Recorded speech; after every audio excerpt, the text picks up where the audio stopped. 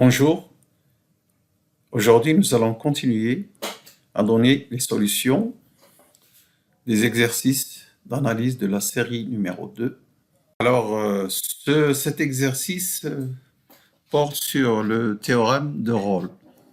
Alors, nous avons vu dans une vidéo précédente quelques rappels sur les grands théorèmes que nous avons cette année. On rappelle donc c'est le théorème de la valeur intermédiaire, théorème de Rolle, théorème des équations finies. Nous avons donné des interprétations géométriques. Alors aujourd'hui, nous allons faire un exercice donc sur le thème du théorème de Rolle. Alors nous avons une fonction, donc soit f une fonction de classe C2 sur AP. D'abord, qu'est-ce que c'est qu'une fonction de classe C2? Alors une fonction de classe C2, c'est une fonction qui est dérivable deux fois. C'est-à-dire elle admet la dérivée première et la dérivée seconde. Et la dérivée seconde est continue. Une fonction est de classe C0, ça veut dire elle est continue. Une fonction de classe C1, ça veut dire qu'elle est dérivable à dérivée continue. Et d'une manière générale, une fonction de classe Cn, avec n en entier naturel, est une fonction qui est dérivable n fois et la dérivée nème est continue.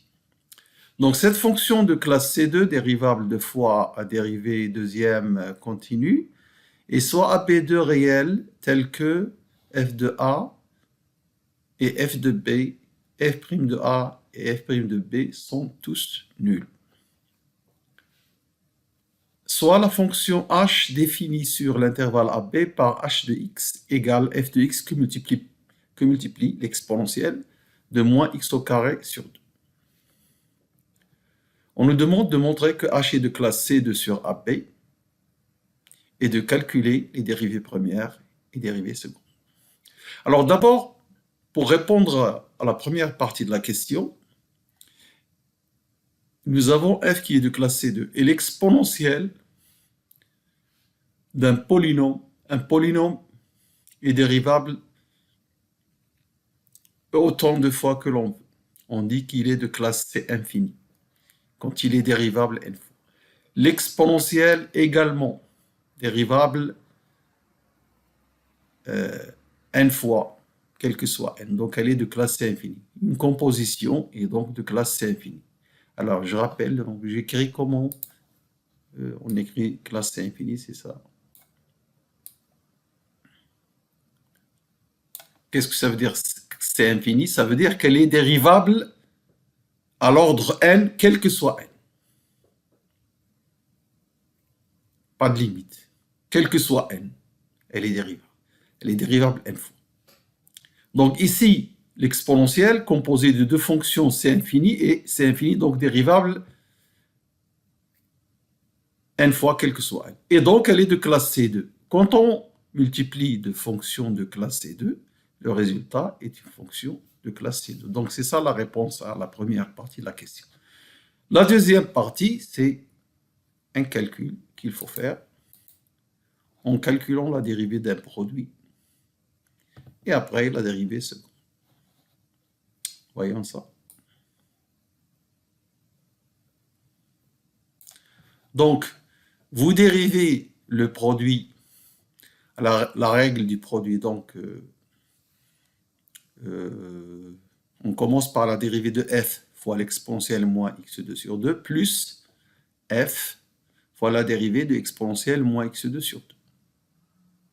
Et la dérivée de exponentielle moins x2 sur 2, attention, c'est une fonction composée, donc on dérive l'exposant qui est moins x2 sur 2, c'est moins x, que multiplie l'exponentielle de cet exposant moins x2 sur 2. Faites une factorisation de exponentielle moins x2 sur 2 et vous avez cette expression qui est la dérivée. Maintenant, pour dériver h', vous êtes dans la même situation, vous avez un produit de deux fonctions, donc vous appliquez la dérivation d'un produit. Alors d'abord, on dérive ça, je suis ce qui est écrit, donc on dérive ça. Alors c'est quoi la dérivée? La dérivée de ça, c'est f seconde. Et ça, c'est un produit, lui-même, vous l'appliquez la règle.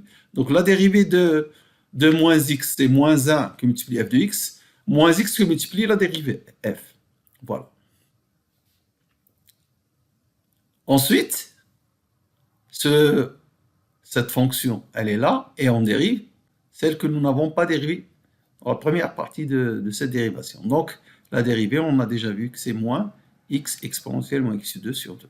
Maintenant, vous factorisez l'exponentielle moins x2 sur 2 et vous ramassez tous les termes qui sont identiques, c'est-à-dire les termes en f seconde, il n'y en a qu'un.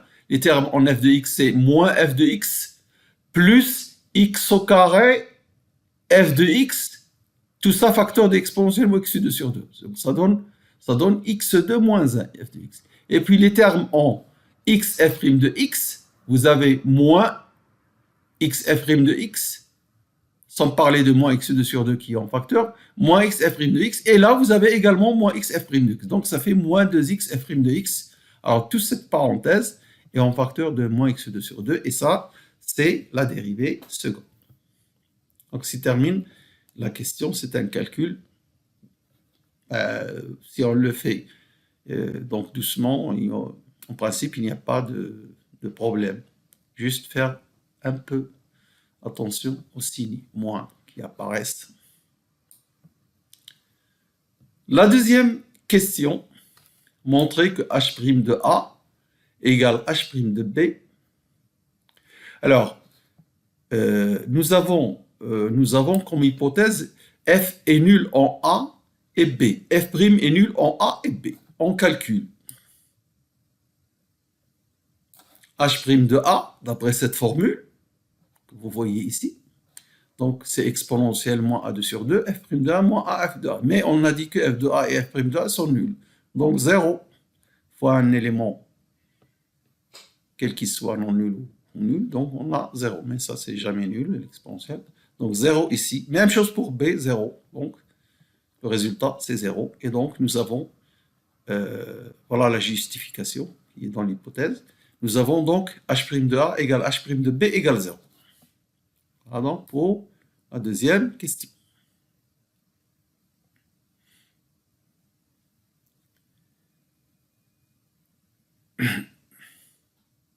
La troisième question, on déduit qu'il existe un C appartenant à B tel que f seconde de C est égal à cette expression de C f' de C moins C2 moins 1 f de C. Vous avez senti, bon, je vous ai dit au départ que dans le thème de l'exercice, c'est le théorème de Rolle.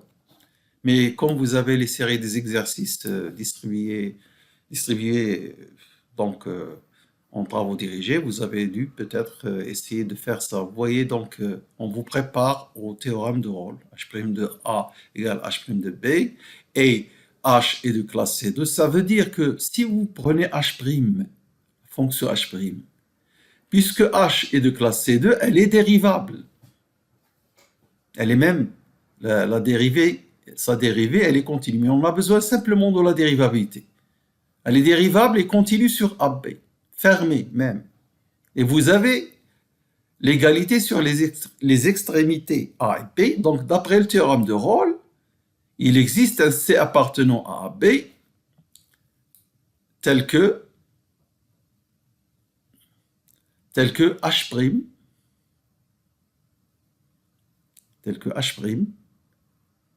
voilà, c'est ça, il existe C appartenant à B tel que la dérivée de H', c'est-à-dire H seconde de C égale 0. Je répète qu'on applique le théorème de Rolle à l'application H', à la fonction H', pas à la fonction H'. En appliquant le théorème de Rolle à l'application H'.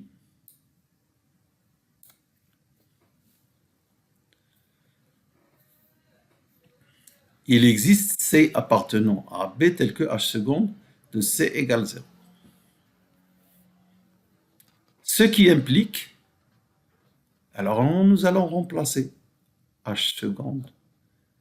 Si on applique, bon, disons que ceci, vous mettez à la place de X, vous mettez C. Ceci égale 0. Juste pour voir, pas la peine de réécrire ça. Comme l'exponentiel est un nombre strictement positif, vous divisez par C. Et donc, je rappelle, on applique ça à C. Donc, vous aurez f seconde de C, moins de C f' de c plus c2 moins 1 f de c égale 0. C'est ce qui est écrit là.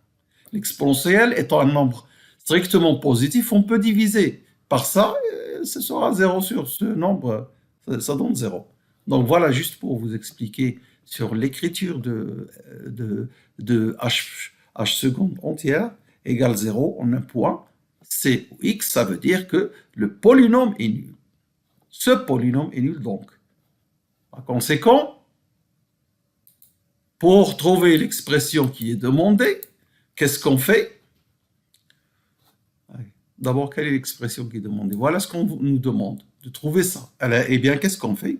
On fait passer cette quantité de l'autre côté, de l'autre membre, c'est-à-dire le membre de droite, et on a donc, il existe C appartenant à AB, tel que f seconde de C, moins 2C f' de C, moins C2 moins 1 égale f de C. Voici donc le résultat, ou plutôt la solution de cette dernière question et donc de l'exercice en entier. Voilà. Donc on va terminer cette séance ici et puis à la prochaine fois. Donc, merci de votre attention.